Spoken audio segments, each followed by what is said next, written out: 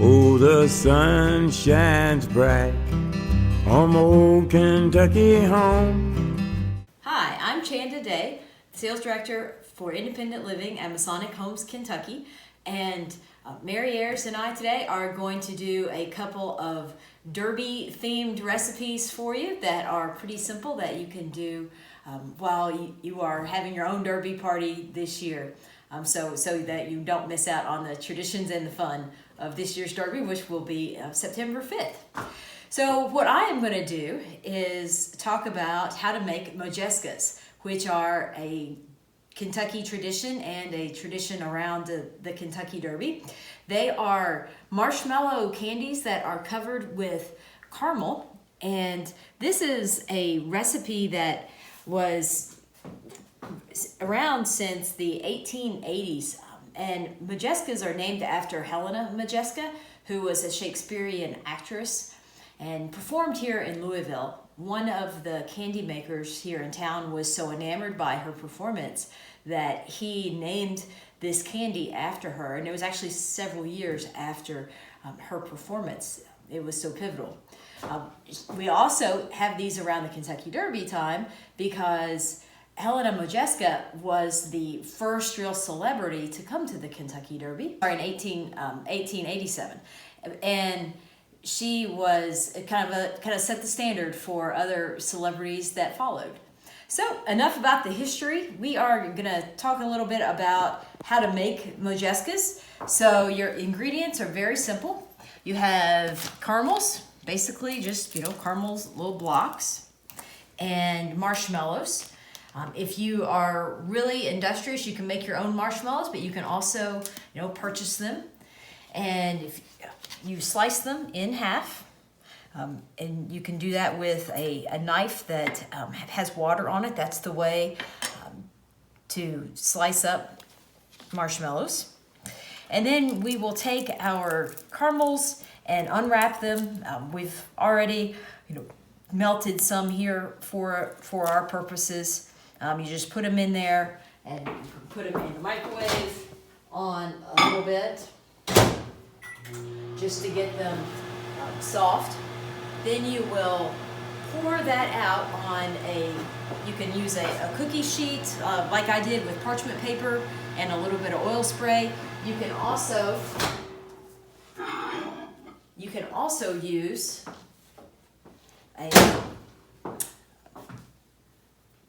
a slab of marble if you have that, if you're a really experienced cookie maker.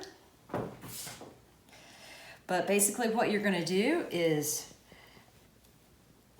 pour your caramel out here.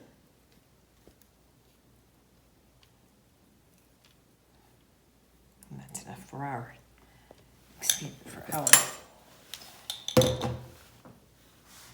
Then you will kind of smooth it out just a little bit.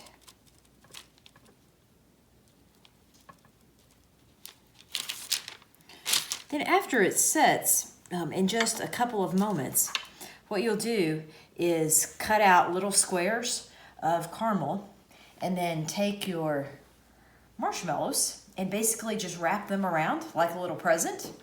And then you will have your Modjeskas will be your finished product there.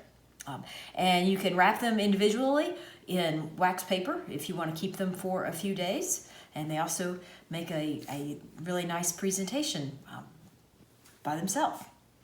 So I hope you enjoy the Modjeska recipe, and I'm going to pass it along to Mary Ayers, who is going to talk about Benedictine, another Kentucky Derby time favorite. Hi, I'm Mary Ayers. Today I'm going to be talking about Benedictine.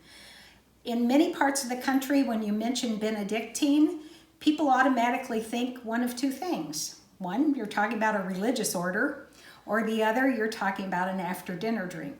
But in Kentucky, we're talking about something that's green and creamy. I looked at the history of Benedictine, I had never known, and the person who concocted Benedictine is Mrs. Benedict, so how appropriate that it would bear her name. And her story's pretty amazing. She grew up in Harrods Creek. She went to cooking school in Boston in 1890. She was in this cooking school at the same time that Fannie Farmer was there, if you're familiar with the diva of Southern cooking, Fannie Farmer. And she concocted this as a part of fancy food for simple people. And so Benedictine is often a part of tea sandwiches. I was relating this morning a story of my childhood of a lady who lived down the street that we would make tea sandwiches together and have tea parties. And we would cut the sandwiches using cookie cutters into little flowers and decorate them. So Benedictine has that kind of tradition. This woman had a catering business, opened a restaurant, and at one time employed as many as 65 people. So in the early 1900s, she was a very big deal in the foodie part of Louisville.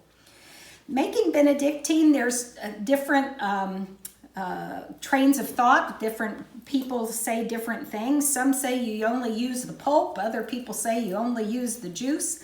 But her recipe is using the pulp of a cucumber and an onion. And I didn't bring all the ingredients because it makes a pretty big mess and it's pretty intensive process. So you're going to take a medium-sized cucumber and you're going to grate it finely. And then you're going to press all of that liquid out of the cucumber pulp to mix in with your cream cheese. I used a tea strainer and would put like 2 or 3 tablespoons of the cucumber pulp in the strainer, and then using the back side of a spoon, I would push and get the liquid to come out. When I was finished with my medium-sized cucumber, I had a cup of liquid, and so that's a lot when you think about a cucumber and that it could carry that much moisture.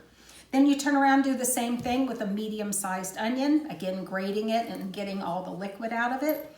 Most recipes will tell you to use cheesecloth or a tea towel or something, but I didn't want to clean up that mess, so that's why I used my tea strainer and just pushed the liquid out through that.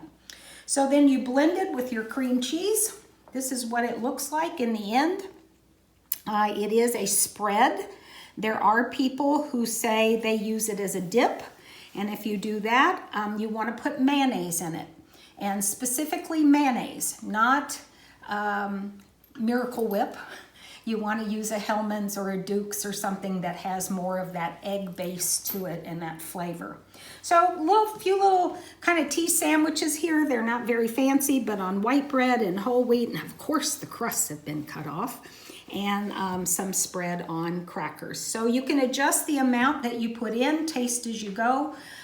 If you want it to taste more onion or more cucumber. Some people put a little bit of cayenne pepper in it to give it a little bit of a kick, but that's Benedictine.